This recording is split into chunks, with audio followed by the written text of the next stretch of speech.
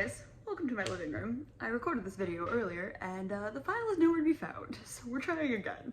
But do you like my slice shirt?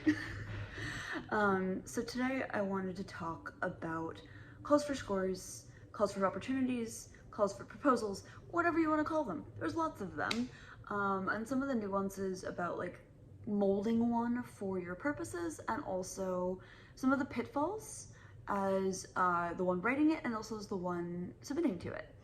So I wanted to first start with kind of the quote-unquote simplest, which is calls for scores, which to me is existing scores. Like the piece that you submit at the deadline is the piece that will be performed. It is done, it is edited.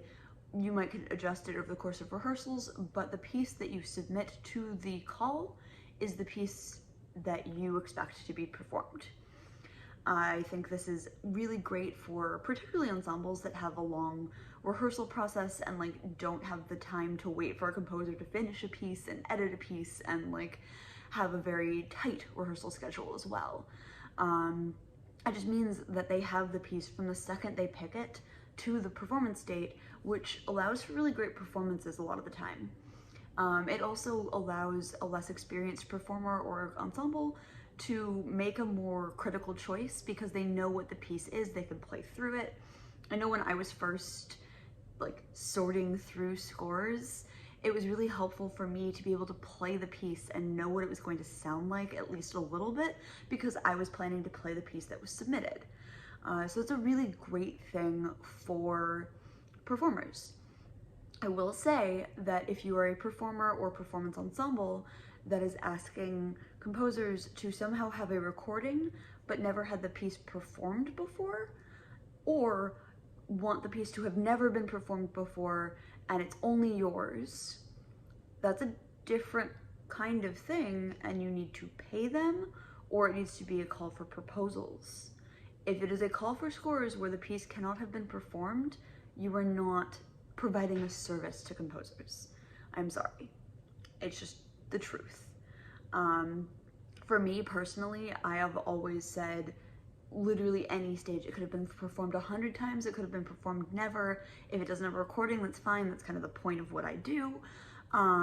But for me, a call for scores is really, really great because it allows pieces to have a second life or first life or 30th life. Like you get to add to the piece's experience in the world. And I find it really enjoyable to play things that have been played before. I don't know why people want new stuff all the time. I will say with calls for scores, you have to be very, very specific about what you have and what you want. You cannot leave any room for guessing because composers don't always read even what you do write. And so you'll get a lot of pieces that don't fit your call, even if you are as specific as possible.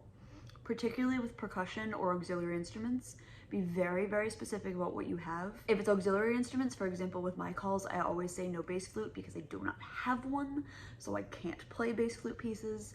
But if like you don't play E flat clarinet or you don't have a C trumpet or whatever it is, these are all just kind of thrown out examples. Be very specific with that.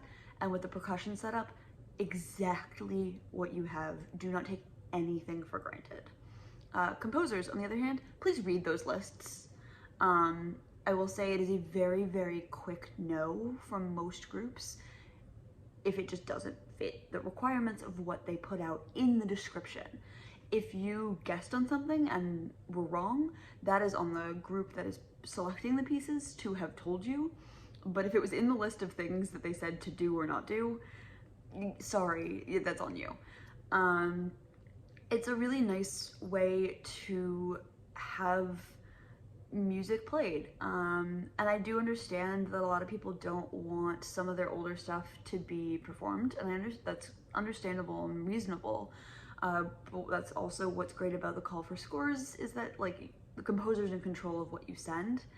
And yes, there's 1,000 of them in the world and you can submit to all 1,000 and not necessarily get any of them. But hopefully we're moving towards low to no application fee kind of situations. And so you can try more without much of a risk.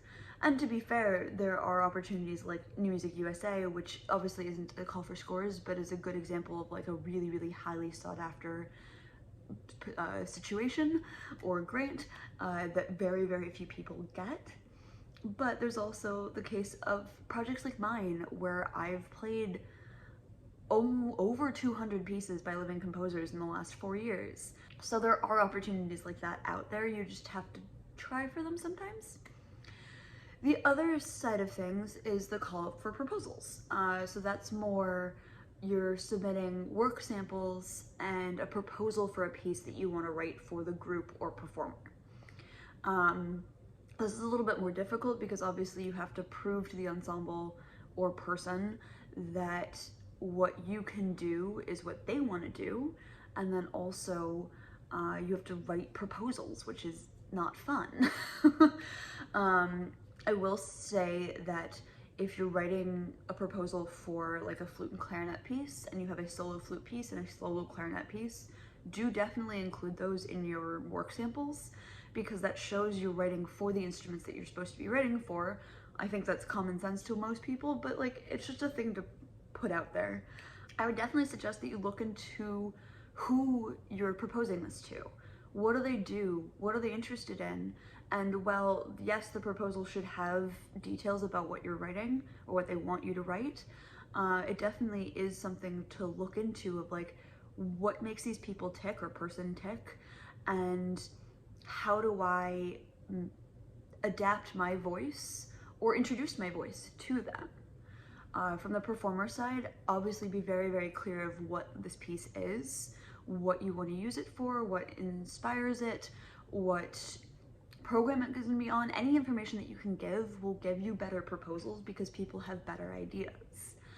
Also keep in mind that when you have a call for proposals, that means you have to build in more time. Yes, you have the adjudication period up until the submission deadline and then the announcement of who you've selected, but you also have to give these people time to write the pieces.